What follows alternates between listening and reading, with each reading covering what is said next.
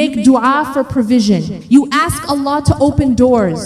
You read about the wealthy companions, and still you're stuck, still stressed, still broke. You've done everything right spiritually. You pray, you give charity when you can, you avoid riba, but the money just isn't coming. You're not lazy, you're not being punished, you're not forgotten by Allah, but you're asking the wrong question. You keep asking Allah why He hasn't given you wealth yet. But have you ever asked if you're ready for it? Here's what nobody tells you. What if Allah isn't withholding wealth from you to test your patience? What if He's withholding it to protect you? Because wealth in the wrong hands doesn't elevate you. It exposes you. It amplifies everything you are. Your discipline, your greed, your gratitude, your arrogance. You don't have a money problem. You have a stewardship problem. And until you fix that, more money will only create more chaos, more stress, more temptation, more ways to destroy yourself while thinking you're building.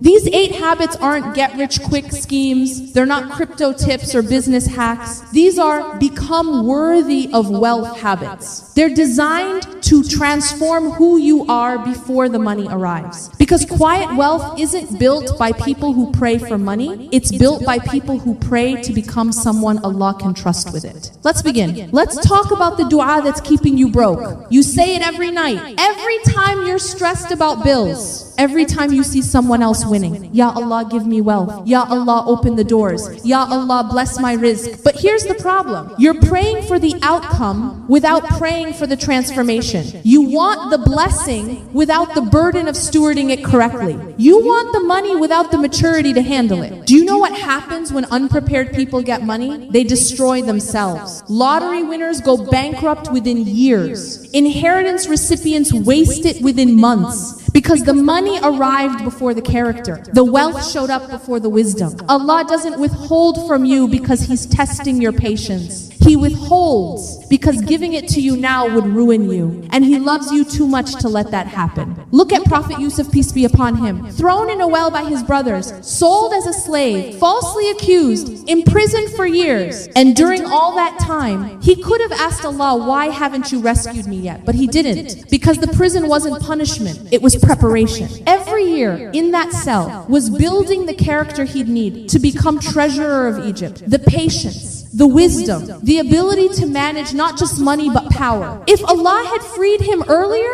he wouldn't have been ready for what was coming. Your delay isn't denial, it's development. Every month you're still struggling financially, Allah is building something in you. Discipline, gratitude, detachment from dunya. The ability to say, I don't need this when temptation comes. So stop praying for wealth you're not ready for. Start praying, Ya Allah, make me worthy of it. Teach me to manage little before you trust me with much. Build in me the character that can handle money without it corrupting my heart. Because here's the truth. When you become the right person, the provision finds you. When your character is ready, the doors open naturally. You don't chase wealth, you become someone wealth can trust. Allah doesn't give you what you want. He gives you what you can carry. Quiet wealth isn't about how much you earn. It's about knowing where every single cent went and being completely okay explaining it to Allah on Judgment Day. Think about that. Every dirham you spent, every purchase you made, every swipe of your card, you will stand before Allah and He will ask you 2 questions. How did you earn it and how did you spend it? Not did you make a lot, not were you successful, but where did it go? Can you account for it? Did you waste it? Did you spend it on haram? Did you hoard it while people around you were starving? Most people stress about money because they have no idea where their money goes. It just disappears. They earn, they spend, they're broke again, and they can't explain why. Because they never tracked it, they never questioned it, they just let it slip through their fingers like water. But here's what happens when you start spending, like you'll be questioned. Impulse buying dies. You're about to buy something you don't need. Then you imagine standing before Allah, explaining this purchase. Suddenly you don't want it anymore. Guilt spending dies. You're about to waste money to make someone happy or to keep up appearances. Then you remember you'll answer for this. Suddenly the pressure disappears. You'd rather answer to them now than to Allah later. Ego spending dies. You want the new phone, the luxury item, the thing that shows people you're doing well. Then you remember none of that matters when you're in the grave. Suddenly the urge vanishes. This isn't about becoming cheap. cheap. This isn't about never enjoying your wealth. This is about intentionality. Every purchase has a purpose. Every expense serves a goal. Nothing is wasted. Nothing is mindless. The Prophet Muhammad, peace be upon him, said, you will be questioned about your wealth, where you got it, where it went. That's not a threat.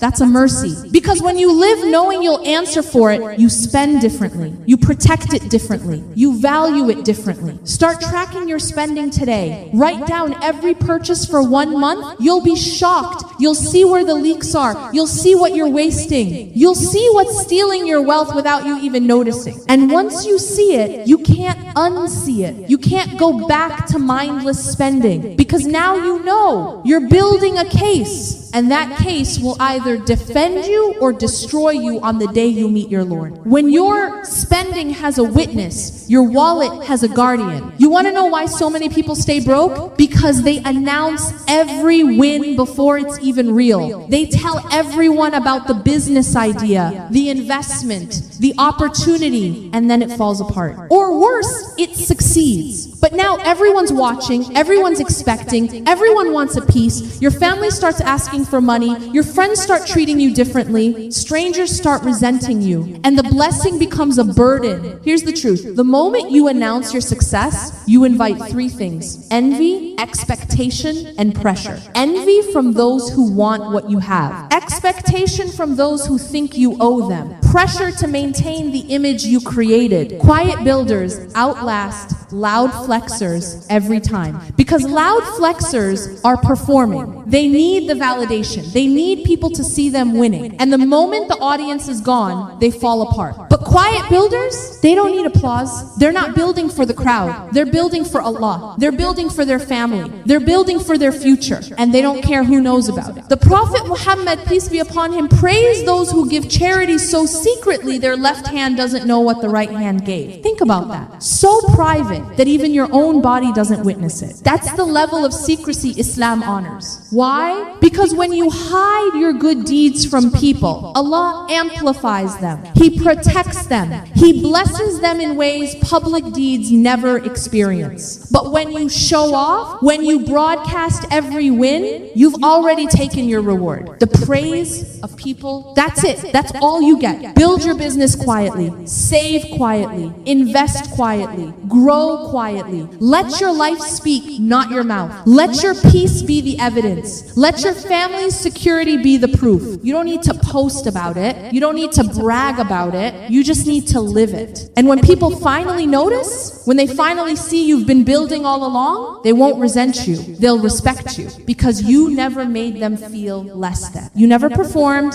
You just showed up and did the work. What you hide from people, Allah amplifies. What you show off, He tests. Every time you treat yourself to something you don't need, you're stealing from someone. That someone is you, the future version of you who's going to need that money. Who's going to wish you had saved it? Who's going to regret that you chose temporary comfort over long-term security? This is what people don't understand about instant gratification. It's not just bad finance, it's spiritual immaturity. You're choosing what feels good now over what's good for you later. You're robbing your future to feed your present. Think about it. Every time you buy that coffee you don't need, that meal you could have made at home, that gadget you'll use once and forget, you're taking money from the version of you who's trying to build something, who's trying to get out of debt, who's trying to provide for their family. Your future self is making dua against you. They're asking Allah, why didn't I save? Why didn't I invest? Why did I waste it on things that didn't matter? And you're the reason. Right now, with every impulsive purchase, you're creating their regret. The companions understood this. They would save dates for months, store leather for years. They delayed reward because they understood something we've forgotten. Delayed reward equals multiplied blessing. When you wait, when you sacrifice now, Allah honors that patience later. But we live in a world of instant everything. Instant food, instant entertainment, instant satisfaction. And we've brought that mentality into our finances. We can't wait. We can't delay. We see it, we want it, we buy it. And then we wonder why we're always broke. Quiet wealth is built by people who can say not yet without feeling deprived. They don't feel like they're missing out. They feel like they're investing. Every no today is a yes to something bigger tomorrow. Start practicing this today. When you want something, wait 24 hours. If you still want it tomorrow, wait another week. If you still want it after a week, then maybe. But most of the time,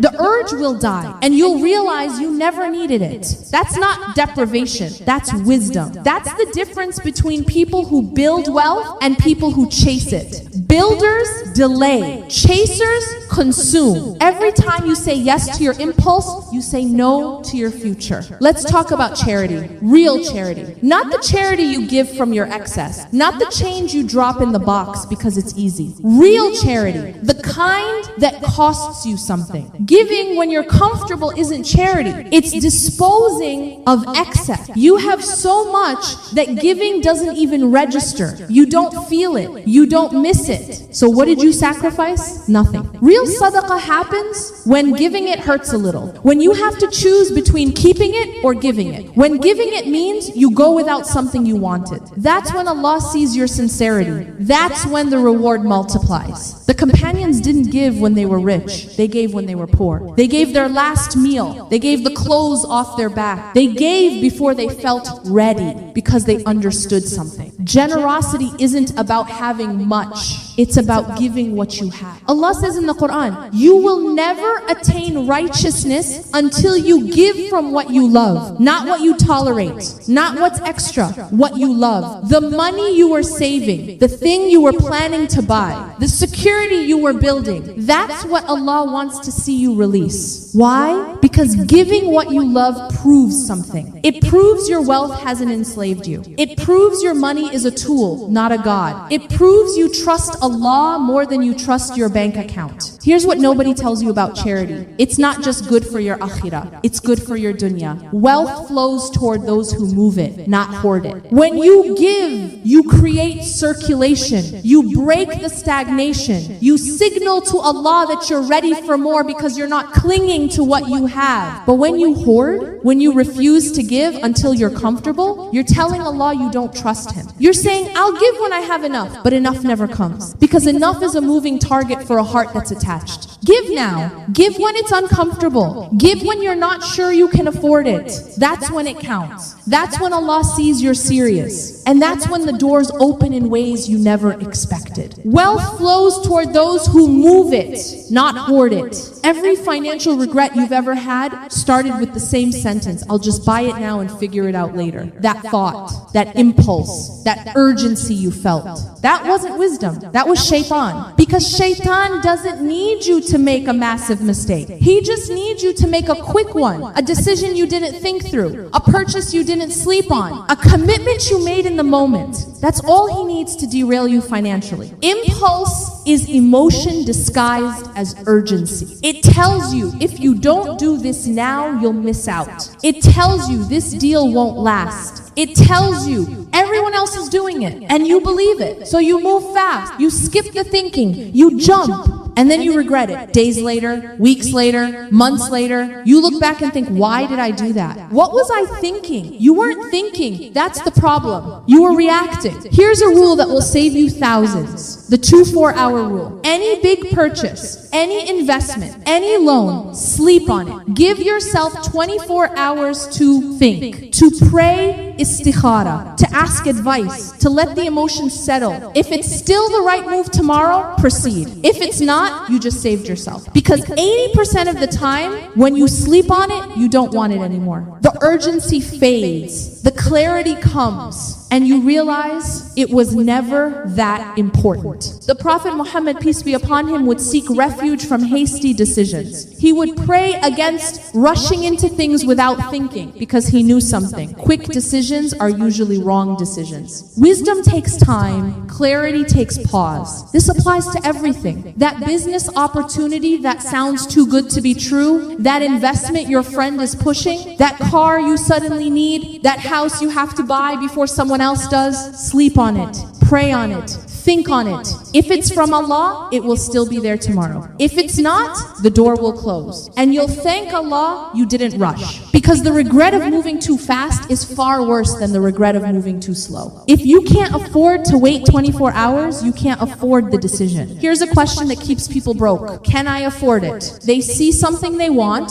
they check their bank account, they have the money, so they buy it. And they wonder why their wealth never grows. Because affordability isn't the question. Just because you can buy something doesn't mean you should. Poor people ask, can I afford it? Wealthy people ask, does it serve me? What's the difference? One is about ability, the other is about alignment. One asks if you have enough money, the other asks if the purchase moves you forward. One is short-term thinking, the other is long-term strategy. Every purchase is a decision, and every decision is either moving you toward your goals or away from it. There's no neutral. You're either building or you're wasting. You're either investing in your future or stealing from it. So before you buy anything, ask yourself, does this serve my mission? Does this bring me closer to where I want to be? Does this support my family? Does this honor Allah? Or is this just filling a void? Because most purchases are void fillers. You're bored, you're stressed, you're sad, so you buy something to feel better, but it doesn't work. The void is still there. Now you're just broke and empty. Islam teaches us every possession is a responsibility. That thing you buy, you have to maintain it, store it, protect it, clean it, worry about it. Is it worth that burden? Is it worth the energy? When you start asking, does it serve me, instead of can I afford it, everything changes. You stop accumulating junk. You stop buying out of emotion. You stop wasting money on things that don't matter. And suddenly, your money starts growing because it's not leaking anymore. Your purchases have purpose. Your spending has direction. Your wealth has a mission. And money flows to people who give it a job, not people who let it sit, not people who waste it. People who put it